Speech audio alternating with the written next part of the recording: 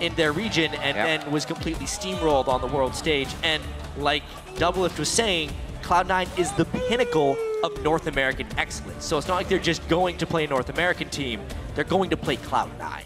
Well, if they're going to focus on anything, it would definitely be get either Minerva going, get that AD carry spot in a strong position for them. Dan's the shot caller. We'll see him making quite a bit of calls throughout the game, but the picks and bans, we'll see what Lemonation can do with these for Cloud9. We already see the Kale, Maokai and Kha'Zix coming out to stop Danagorn and that top lane left. So first 3 bans then already in from KaBuM, and Zed, I feel, a good choice to get rid of. We do see though that Meteor's going to have first pick coming his way. They actually take Lee Sin. They banned out Kha'Zix themselves, of course, which was a champion that Meteors ran that last time around. Poppy and Nah playing the crowd a bit. Not sure about that one.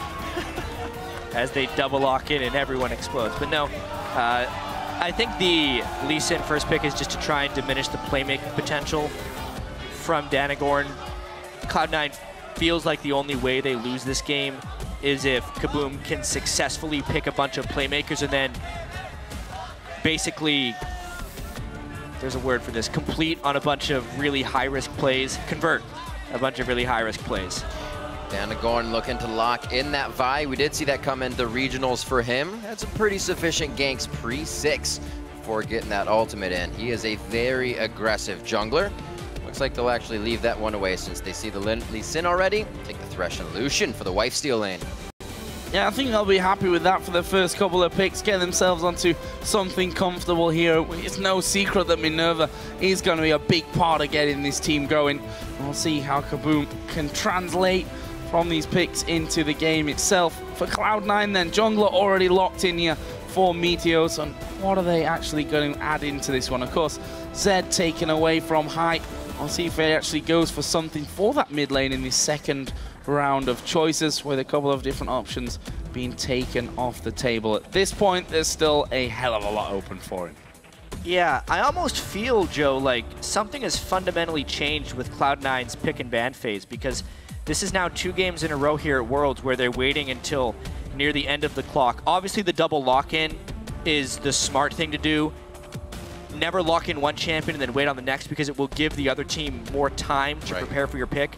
But they're just doing a lot more discussion than they previously would. It used to be everything just shoots back and forth really quickly. They're still getting strong and powerful picks, but they're much more sure or cautious about it here at Worlds than they were in NALCS. Definitely putting a little twist on the thought process KaBuM has to choose each champion. They just see it and then they are forced to answer what they have going. Obviously, they do want to create something that will be able to stop Cloud9 and whatever the composition they're putting together, but is it safer for them to kind of just play what they know how to play and kind of go straight down the line with their comfort? I feel like KaBuM are going to have to take some calculated risks to pull off upsets in this group. I mean, they, I think themselves have got not too much to lose, of course, the massive Brazilian fan base that they have stood behind them. So, you know, pulling out a win here against any of these teams will be a massive deal for them. They decided in their second round to lock in Jarvan for the jungle there for Danagorn, and of course taking Lulu as well. As an example, AHQ picked Blitzcrank multiple times in their group back in Taiwan, mainly because of the playmaking potential. It never paid off for them, but it was still their attempt in swinging team fights in their favor. Thresh is a similar style playmaker. I'm expecting Tanones maybe to just play Orianna, honestly, because he will be able to make plays on that. Cloud9, though, picking their tried and true. Yeah, the Janna goes in for support. See Dan's taking that Thresh. Didn't see it at the International Wildcard Tournament, but they will throw it in for this composition. And Pi gets the Yasuo. We were saying, or I think it was Crepo saying, or no, probably something he can stand on his own 2 feet, as well as carry the game if necessary. So again, he locks in that champion and an all-around huge scaling team into the late game here for Cloud9. Yeah, it's a whole bunch of scaling. Again, the Janna for the safe disengage. That will come in so handy against Jarvan. And I really wonder what Chanones is going to pick against High here. As Freak was saying, he would be the star for this team if one is to emerge. That's right. That Orianna is up. See if that is the choice for them. There's a lot of discussion going on there, back and forth with KaBuM, and he will end up playing the Syndra. So Tinone's got to come out big here. I mean, it's a calculated risk in the sense that they don't want to lose lanes. They need to try and control them here. Cinder is a stronger laner than Orianna against Yasuo. We've already seen today Xiao Syndra come out on top of Cool's Yasuo, so it's a matchup that can tilt a little in Syndra's favor. It's a skill matchup, though, with all things considered, but I do not disagree with that pick from Tinotes. Meteos on his Lee Sin, ready to create aggression, as well as Danagorn, somebody, as we said, likes to really just get in the face of his opponents. I believe this is going to be quite an aggressive game here. As KaBuM watching Cloud9 play a little bit safe in their early game. I think they may try to take it to him. Yeah, and that's somewhat of a, I don't know if you can really call it an advantage because it's called Cloud9. We'll have seen KaBuM play earlier on as well, but taking those risks, try and set up something a little bit different, something a little bit, you know, surprising from Cloud9's side of things, and try and just throw them off a strong-paced early game, which will, of course, play into KaBuM's hands. The question is whether they can translate, even if they pull off something amazing at the start of the game, whether they can actually follow that through and turn that big play early on into a win. That's a difficult thing against these teams that have so much experience. So much of it will have to be with Danagorn's jungle Jarvan, and basically Meteos' ability to neutralize him in the early game. Meteos is coming from a place where he has so much trust in his lanes that the only way they really lose is if Danagorn swings them, so he basically just has to turn himself on to shutting that down. So guys, don't forget that you can vote on Twitter who you think is going to win this game. Tweet hashtag C9win or hashtag KBM win to @LOL eSports, and we'll check out your vote shortly. But for now, we are going to get into game. It's Cloud9 versus KaBuM. And can KaBuM pull off an upset here against Cloud9? It'd be a massive one at this stage. A massive one indeed. The champion select elimination was able to come up with for the team is very scary. Like we said, that's scaling into the late game, so Cloud9 can pretty much play any game they want with this one.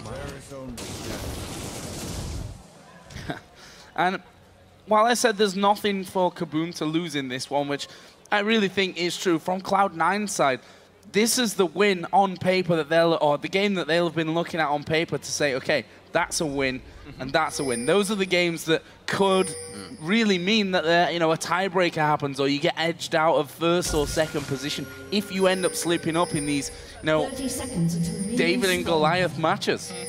And we know that Cloud9 actually understands the potential for this upset. I've talked to multiple Cloud9 members, and they have legitimate fear of KaBuM and the upset potential, because they know that KaBuM isn't coming into this with the mindset of having to go 4-2 or having to win the group.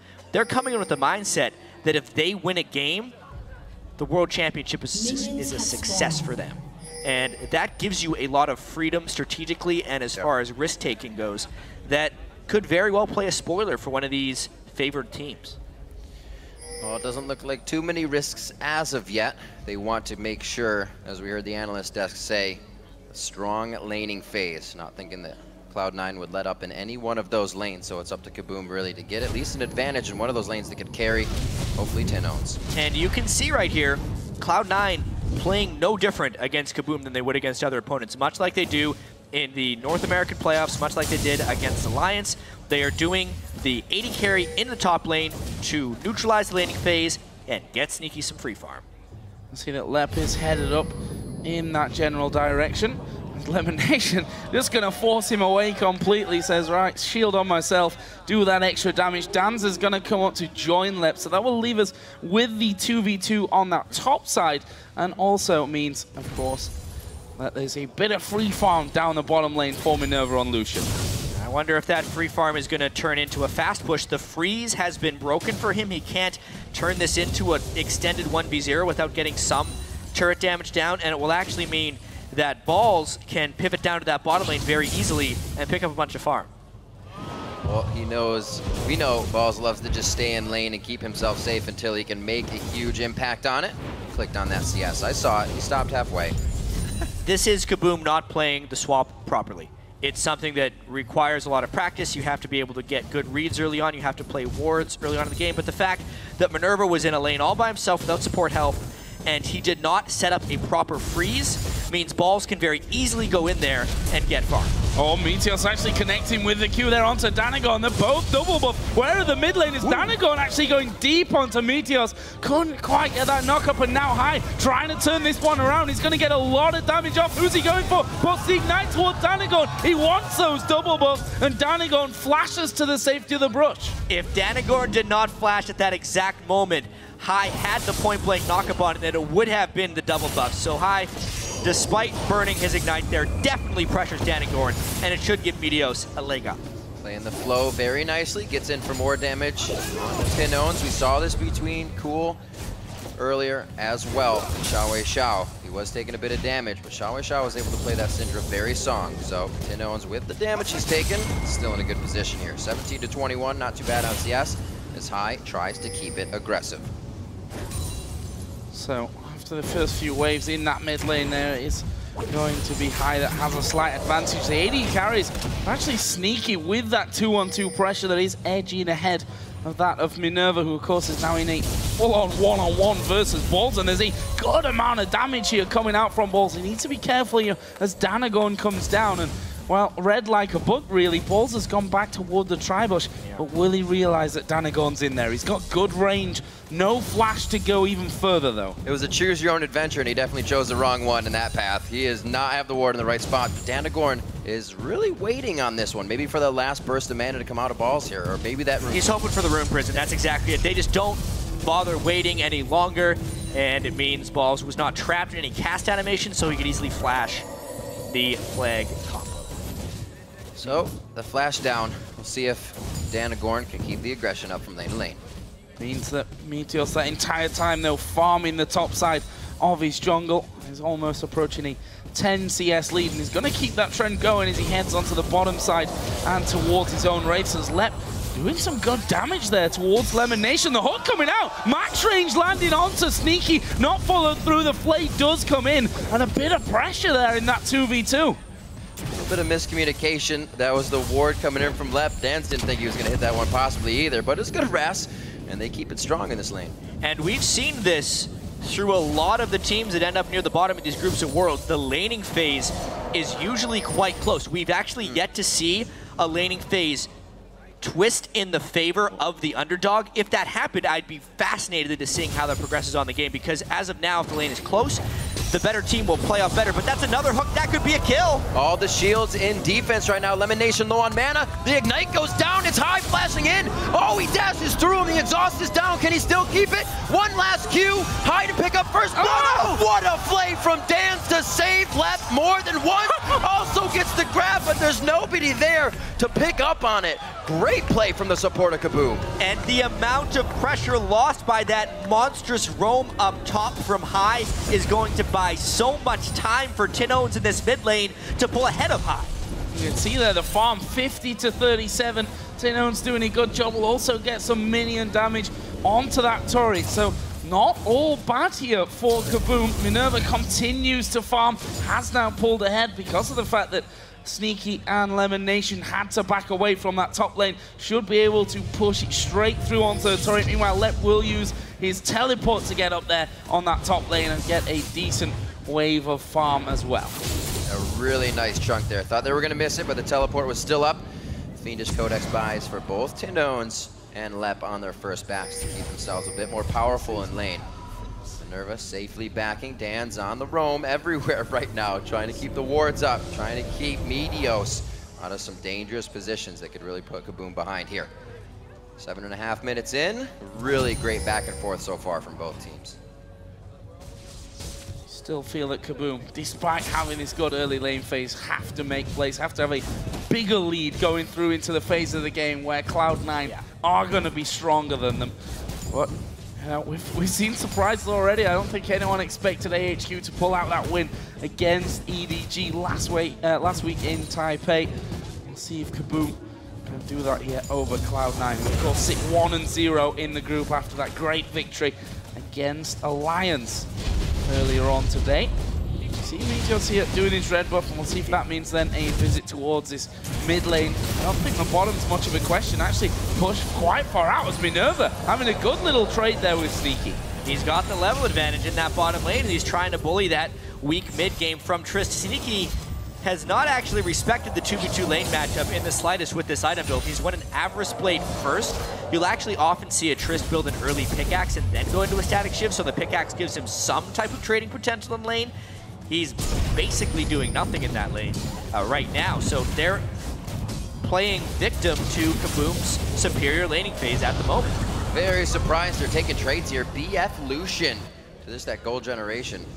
Not going to work out too well for Sneaky, but the shields are coming in big from Lemon Nation. Meteos and High trying to get in. Great ward here coming in from KaBuM, already in the death brush. They'll see this pink ward. Nah, possibly not. Don't take the time to take that. Looks like they're going to try to work something off of this. Danagorn, I love it. He sees something and he wants to try and make a play off. Trying to force that bottom lane all the way through onto Sneaky's tower here as well. Lemon Nation already leaving the lane to get a ward inside of the river and make sure that KaBuM don't just go straight in there for that dragon. But with this lane pushing up, there is definitely a possibility of that happening. However, Meteos on the bottom side, just in case a dive comes in. We see Danagorn and Tinones entering the jungle, but this is maybe not where they want to be. Come up behind High. He's already got himself in a safe position. Great job in mid to know nobody's here, and I want to stand right in the mid. Yeah, based on the positioning of Meteos, setting up for all these counter ganks, even the itemization of Sneaky, it's almost as if they were expecting KaBuM to just lose their minds and do these really crazy, aggressive, high-risk plays, because that's what all of us were expecting from KaBuM. But what KaBuM is doing is they're just playing standard, strong lanes with solid vision control. And because Cloud9 has postured themselves so defensively, they're having to give up a lot of stuff to KaBuM. This dragon's going to be an attempted steal. As long as they wait it out, Meteos won't be able to make it in. Oh no! Stolen away there. Meteos is going to pay the price, though. Will go down for first blood. But getting in there nicely. I'm quite surprised that after that ward actually went down, that someone didn't move to the backside to try and block that Q from coming through. But it was a smite, of course, from Meteos that got them that pickup on the dragon. It leaves Cloud9, after all that said and done, not 1,000, not quite that much just yet, 100 or so gold in the lead here over KaBuM, 10.5 minutes in. And that bottom lane, once again, going to be starting to push out as Lep and Balls going head-to-head, and Lep losing far too much health there. He needs to be careful, although Balls is a decently low HP. Yeah, the late game scaling of Cloud9 is vastly superior. Rise plus Trist and the disengage from Janna.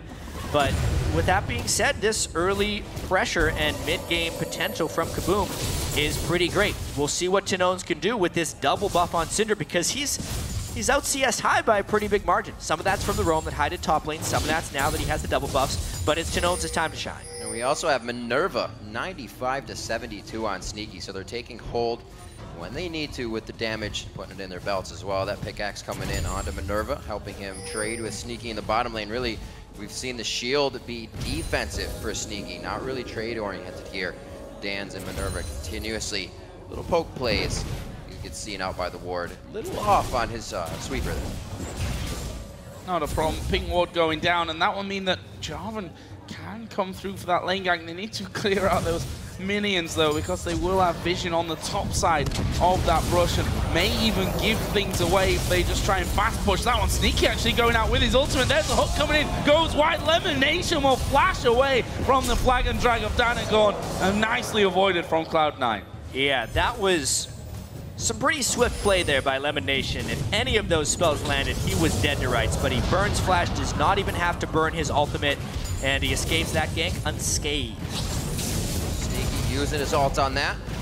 Seems like he'll feel safe in lane still with Lemon. They get that pink word cleared out of their forward brush, and they were able to regain control. Some kind of damage they can put on this. Oh, a little bit of miscommunication. Didn't take the minion out first, but they still pick up a safe lane here. And maybe a roam from Tinones. Looks like they want to get inside the jungle. They don't have too much vision on it, but they do see Meteos here and there. They want to make sure he's not making any of the plays. A lot of aggression coming in. Cloud9 collapses towards the top of Dragon, but nothing comes of it. Yeah, and a very quick flash by Tinones. He knew that he was out of position, and he immediately had to retreat. But with that collapse from the Cloud9 bottom lane, it does expose the bottom lane itself to being taken down. Oh, I think, yeah, left being off a little more than he can chew there. Has to use the wild growth. How to go back at walls. who will just pop straight through those pots, get himself healthy once again. Meanwhile, the bottom lane, he's still pushing here. Minerva might have gone a little bit too far into this one. Gives a blast back. We did have Danagon waiting inside of the brush, but Meteos and High both coming around. The point blank Q actually missing there, and Danagon will just slide over the wall to freedom.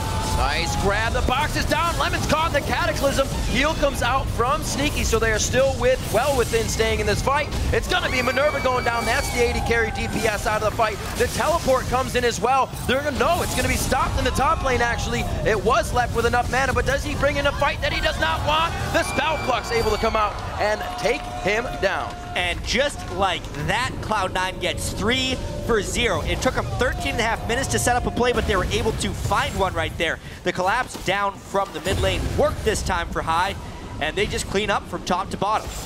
Almost 1,000 gold lead here with 2 minutes until that dragon comes up. Let's have another look at that one in the top lane. Balls 1v1 stop from TPing and says, okay, then I'll kill you instead. Yeah, I think that was just one of those situations where Balls knew he was already in a favorable position in lane, so he didn't care if the teleport got interrupted. If he gets to teleport down bottom lane, he gets a kill.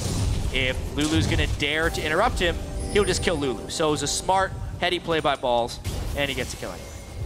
Minute and 30 coming in on Dragon. Looks like they will be able to lock down a bit of vision, but KaBuM has the same thing in mind. Coming out with a few pink wards. Going to be able to help this out more with sweepers. The orb already grabbed from Minerva. Definitely doesn't want to be caught out in these occasions. Credit as well to KaBuM at this point. If you look at the minimap, the bottom side of Cloud9's jungle is pretty much all warded up. There's a pink ward in the side of the red buff and one in the tri-bush there for Cloud9, but still a couple of deep wards out of KaBuM. They don't have one in this top lane though, which could be a problem if they decide to dive on through. Let will try and speed himself up. The Q will land. He's going to go in front of him. Wild Growth is used from Let. They get his ultimate and might just be able to finish the tower now. Yeah, but in the meanwhile, KaBuM is pushing down that mid lane, using that attack speed from Jarvan. They're answering most of Cloud9's moves pretty well. Well, a little too far behind on a few, but not all. And such a great early game here. They said the lanes couldn't or wouldn't be won on the analyst desk, but KaBuM's doing everything they can to keep the pressure onto Cloud9. We've seen, as you said, Cloud9 play that safe game no matter who they're up against. Seems like KaBuM has found that as a way where they can get under their skin. Cloud9 is playing remarkably safe in this one as well. Yeah. I'm actually very surprised that Sneaky decided to go straight for the Static Shiv instead of stopping in the middle for a pickaxe, so he'd at least have some type of trading against Minerva. Now with the Static Shiv, he can be respectable in this next dragon fight, if that's what it comes to. Well, it looks like it will. The dragon just pulled out of its pit. Meanwhile, Lep is going to be having to go on this top turret. He does have teleport available to him if he's going to come down. Minerva will use an early cull in there. They pulled in balls and half-decent damage done to him. There is the TP coming on top one. He's got no HP left. He comes in with nothing, and Cloud9 just kill him off. Bit of a whoopsie. Not a good TP. Not in the slightest. Lep, it probably seemed so good in his head, but he just was not in sync with the rest of the team. Danagon was not initiated. They had no stun follow-up. He just gets blown up. I think Kobe would say something about that. But moving on. That's, 4-1. 17 minutes on the clock. And a 3,000 gold lead is what Cloud9 is looking at right now. They were actually, it's kind of like a mousetrap. They were kind of leading KaBuM into where they wanted and when they wanted to fight. They warded up perfectly and they bit as soon as they were able to. 2-1 in turrets. KaBuM still has a bit of map pressure on that front, but is it going to be enough to carry them through this mid part of the game? The Rod of Age is already charging.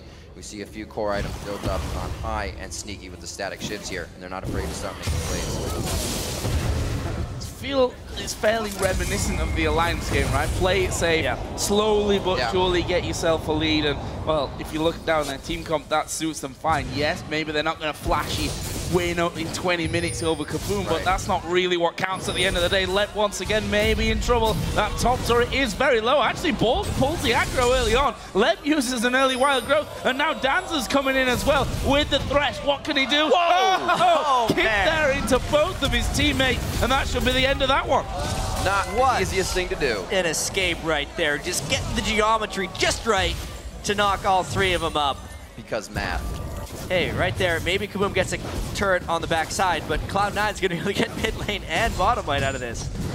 There's another one. Outer 3 are dropped. They can start to easily move into Cloud9's jungle, but wait a minute, Sneaky's trying to easily move into a little bit of Minerva's personal bubble. Takes him down. He'll be out of the game for a little bit here. High trying to take it out with Tinones. He wants a blue buff, but it doesn't look like he's going to get it. Tinones says, get off of my turret right now. Trade a kill, and he may not go down.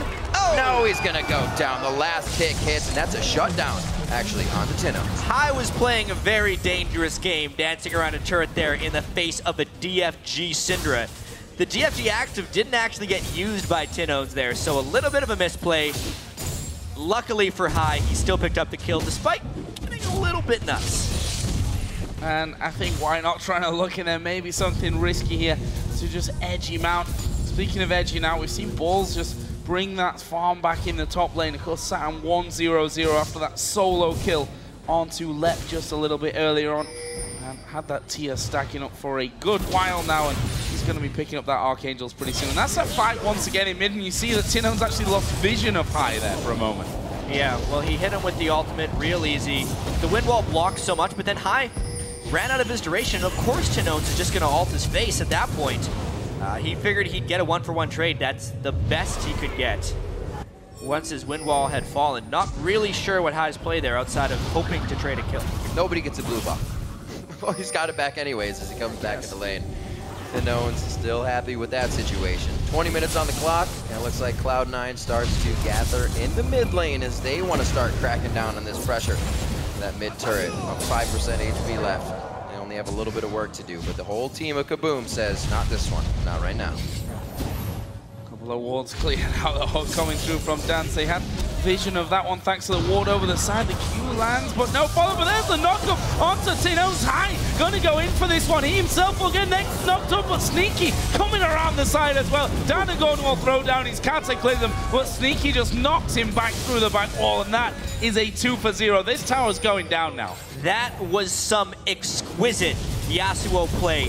Right into the wind wall, flew that Cinder ultimate, and that is how you play the matchup. High destroying right there for Tinones, and the rest of Cloud9 following up just right. And there was one person missing from that as well. This guy in the top lane still pushing by himself. The split push working out quite well, and with how big High is getting, they'll probably be able to do this in every lane quite soon to start spreading KaBuM thin. Now, and of course, Rise not going to be taking those turrets down very quickly, but if you get that entire time all on your own, you're still going to take chunks out of the turrets. The rest of the team come through, and that will be at 21 minutes into the game. Well, we're closing in to a 10,000 gold lead at this point. 8-2 up in kills, 2 with the AD carry, 3 in the mid lane. Spread really nicely across the entire board. And this is that knock-up and ultimate from Yasuo again onto Tino. Yeah, the impressive thing to me wasn't the initiation, it was that wind wall. At the very moment when he spread between Tinones, he's like, okay, now is the time we'll try to retaliate. Let's make that an impossible feat. So he throws out the wind wall, Cinder can't fight back, High takes almost no damage, and they get 2 kills. Something you can't take away from KaBuM, the strong individual play, but you see the separation when it gets to the team fights, the coordination that the teams outside of their realm of play just start bringing to the table. It's too much for them to handle. KaBuM trying to set something up here, but can they pull it off in the end? Cloud9 just push the minion wave through and say, nah, you're going to be hiding around that corner. Let's not fight that one. Ward goes over the top, and that will spot pretty much the entire KaBuM team just waiting over the side. Just half a minute until the next dragon comes into play. And Cloud9 already set up nicely, clearing out those wards as they come down. And there is the Q actually landing towards Lucian, but he's High that's going on to Danagon here in the middle, and he's taken a lot of damage already. A late Wild Growth will save him, but that pretty much just guarantees the dragon now. Yeah, Cloud9 still playing to a level of safety and caution, but they're turning up their aggression ever so slightly the larger their lead grows. This is only 22 minutes in, but they have assumed control. With the safety we've seen lately from Meteos, the rest of the team, it's really been High the one to start going in hard on these fights. Yasuo allows them to do that a little bit stronger. They're going to go ahead and pick up another dragon within this game, all of them, for that fact. It looks like they are happy to head back right now, take their time, get back into this one. Great warding all around right now pink wards are already out. We'll probably see Cloud9 start to move those up as they disappear from their side of the map. 23 minutes in right now, 8-2. Seems like they started to pretty much just clamp down right to the strategy. And Balls might even feel comfortable enough to go full on into Minerva at this point. That Archangel, Rod of Ages, and not often we see Rise being able to split push so effectively, but certainly pulling it off this game. KaBuM, unable to really answer him this far up into the game. You see the wards on the bottom side of KaBuM's jungle put down by Cloud9. They're even going to be clearing out now over towards the Dragon side. And they've sent Minerva to try and deal on that bottom side of the map with Balls. But, well, if he's then pushed away from the tower, he can just TP over towards the Baron or wherever else Cloud9 might be pushing. Cloud9 really holds all the cards in this matchup, and it just, means they can catch people in the jungle. Big hit onto Dance, throws down the box, the disengage, but they know they have what they want. This is almost exactly what happened in their fight earlier. Not a kill's gonna come out of this, but all the pressure that they need to make something happen will. Yeah, I mean, they get people so low here, they're thinking they could just do the Baron. They were expecting KaBuM to try and check, but when they realized how cautious they were, they're just gonna start dealing with 2 men. That is a Scrying Orb, though, that will spot them. Minerva's pickup. Waiting off to the side. Actually, stun comes in onto Balls here, but sneaky off to the side, able to put some damage back. Dan's even stepping forward there, maybe looking for a hook, but Cloud9 already backed away from that one. And you feel like this game really teetering on a knife edge here, where Cloud9, if they get that chance to just nip over and finish off the Baron, or KaBuM can actually get in there quick enough. The Scrying Orb, a vital pickup at this stage, because they just can't keep up with the vision war on that side of the map. No, they're falling so far behind. And one thing that happens when you do Force Sweeper and a Scrying Orb as well is because you're dropping off trinkets, you actually just have to place more purchased wards. They have the double side stone, which should aid in that, but it's just not necessarily keeping up with what Cloud9 is doing. Damgor uses everything to get in. That's a pretty headstrong clear he's got himself going into there. It is going to be, the Lantern gets stopped, but he is able to put his left foot out and do the hokey pokey. Gets out on that, and he gets himself to safety. 26 minutes coming up on the clock. It's looking grim for this Baron for KaBuM. It looks like Cloud9 wants to throw themselves into this. Just face check and brush right now. You can see how confident Balls is, how far ahead he is right now. Level 14, and it's just about the highest in the game besides Sandoz.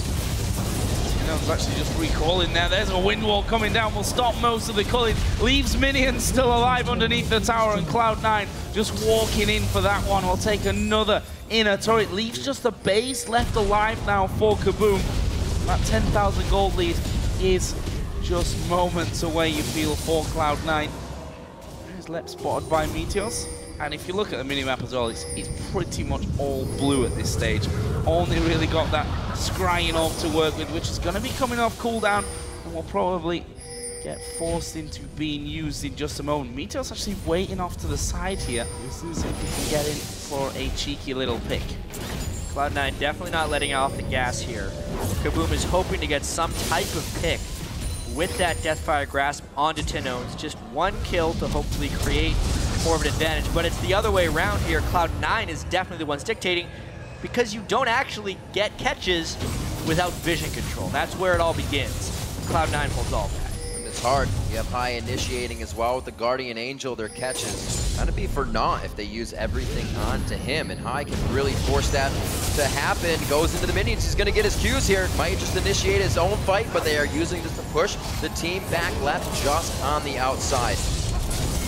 Hiding behind his wind wall there, they managed to catch out Danagon. He will go down. There's a 3-man ultimate coming out from High. Good stun back though. Guardian Angel will bring High back to life. The hook comes through, actually hits Lemon Nation. I don't think that was the intended target. He was trying to time High's regen, and that will be 1 man down on either side.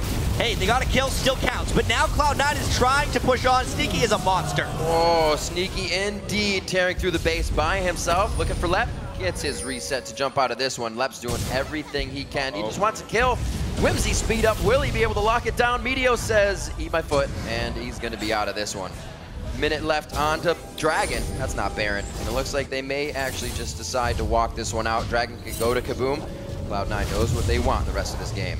Yeah, nice stun there by Tanones to prevent that dive from becoming more painful. Obviously, High landed a pretty good stun there. And a cool little thing before that fight, Cloud9 had all 5 pink wards down on the map. Every single individual had a pink ward that was unkilled, and KaBuM had 0 of their own. But they've since pushed out, gotten one of their own down, and they're trying desperately to clear a few of Cloud9's.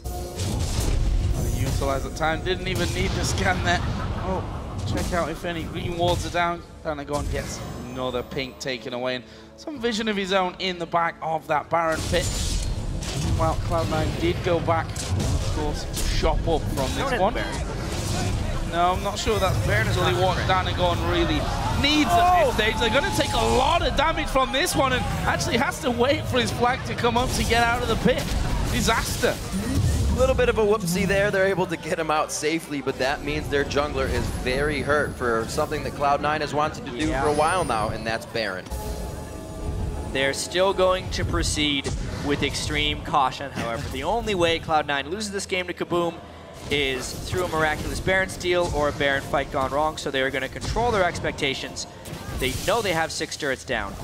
They're going to make sure they have vision containment, and then they would go for Baron. With 30 minutes on the clock, Cloud9 has a 10,000 gold lead, one of the biggest they've had here coming in with their 2 games. But it is meaning that they know to put their foot down, like you said, Jack, keeping that pedal to the metal, and now attempting the Baron. Elimination on the outside for a full amount of disengage. And there it is. Oh, Meteos over the wall. I thought that was going to be high as well. He gets himself back in with a safeguard, easily taken on Baron. Lemon's forced to flash. Balls now takes the defense on trying to stop them from getting into Baron. Really slick Lee Sin play there by Meteos, jumping out to kick Danagorn away and then just flying back inside the pit because Lee Sin. And then Lemon Nation aided a little bit as well to blow him back away. Danagorn had no way of getting into the pit. Keeping them completely under control here. Cloud9 looking to make 0 mistakes on their way to another victory. And currently have a massive gold lead. We've just gone past the half-an-hour mark in this one.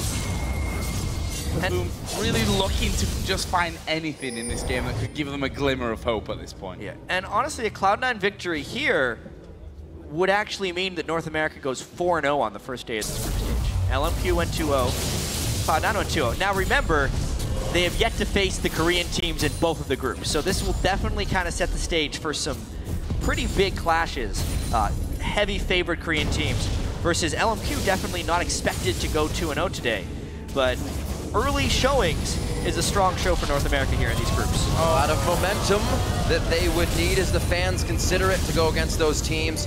And right now they're using all that momentum to just take out each member of KaBuM methodically. Surgically removing him from the map now, looking at the middle inhibitor turret as trying to engage over the wall. I wouldn't put it past Sneaky to be the first one hopping in. Going to wait, at least for now, for that next minion wave to come around. You can see Meteor stepping forward high. Will also get up in KaBuM's faces, but they take that inhibitor turret without any push back from KaBuM. The inhibitor itself will go down. And to be honest, Minerva's still down for 15 seconds here. I mean, if Cloud9 can get the right kind of fight, I don't know why they wouldn't continue to push on, aside from it being a little bit too risky. Not many minions to be working with right now for Cloud9, but they are definitely staying in that risky position. Midwave is just on the front step of KaBuM's base, and they have everything in HP and Baron buff and stats that they need to continue this fight. The next wave coming in, they're going to basically force KaBuM into doing something aggressive. Windfall, this is just like an inhibitor turret at this point, except behind it is a Nexus. There is the second Nexus turret going down as well. KaBuM got no defense left alive. I'm going to jump straight in there onto Tinones, get 1 kill, but they're focusing the Nexus down, and Cloud9 going to be picking up their second victory of the day. Couple of kills still left to be had here at the end, but they will finish it off. And a convincing win once again for Cloud9. And just like that, it was over. What seemed like a very slow start from Cloud9, potentially a little scary when KaBuM started getting some niceness in the lanes. Cloud9 kind of turned it on. They knew they had the strong mid game. They had the Janna for the... They knew they had the strong late game. They had the Janna for the mid game. and they definitely had the strategic advantage and the confidence to close this one off right. Able to stave off a bit of that Danagorn aggression from lane to lane on the Jarvan. Pretty much banned out a few of the junglers he would like to use this game. KaBuM doing what they can in the laning phase, but it seems that teams find them in the fight phase and are able to pick apart the mistakes. Yeah, and I feel like we've almost repeated this story quite a few times because we saw a similar thing last week as well in Taipei, that the underdog teams did well in the laning phase, and I guess that's kind of the fundamentals that you learn from playing League of Legends right at the start. You learn to have a good laning phase first of all, and then they're falling apart when it comes to the more team-oriented plays. We saw Cloud9, they made